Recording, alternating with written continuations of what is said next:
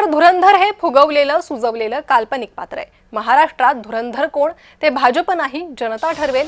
खासदार संजय राऊतांनी भाजपवर हल्लाबोल केला। राऊतांची मुजोरी जात नाही असं यावर बावनकुळेंनी प्रत्युत्तर दिलंय। बघा, धुरंधर हे पात्र जे आहे या पात्राविषयी तुम्हाला कल्पना आहे।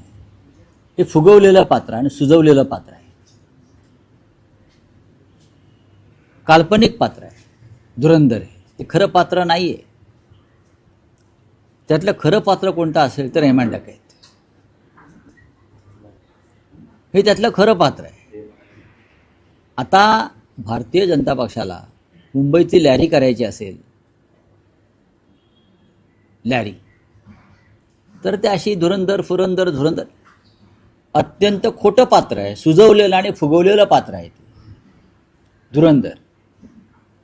या देशामध्ये धुरंधर कोण, महाराष्ट्रात धुरंधर कोण हे भाजपा ठरवू शकत नाही, जनता ठरवेल।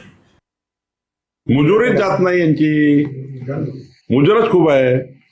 जनता धडा शिकवून जायचे। इथं विधानसभेत एवढा मोठा धडा शिकवला, आताही नगरपालिकेत धडा शिकले नाहीत। यांचा पक्ष मला कळतच नाही कसा चालवतात।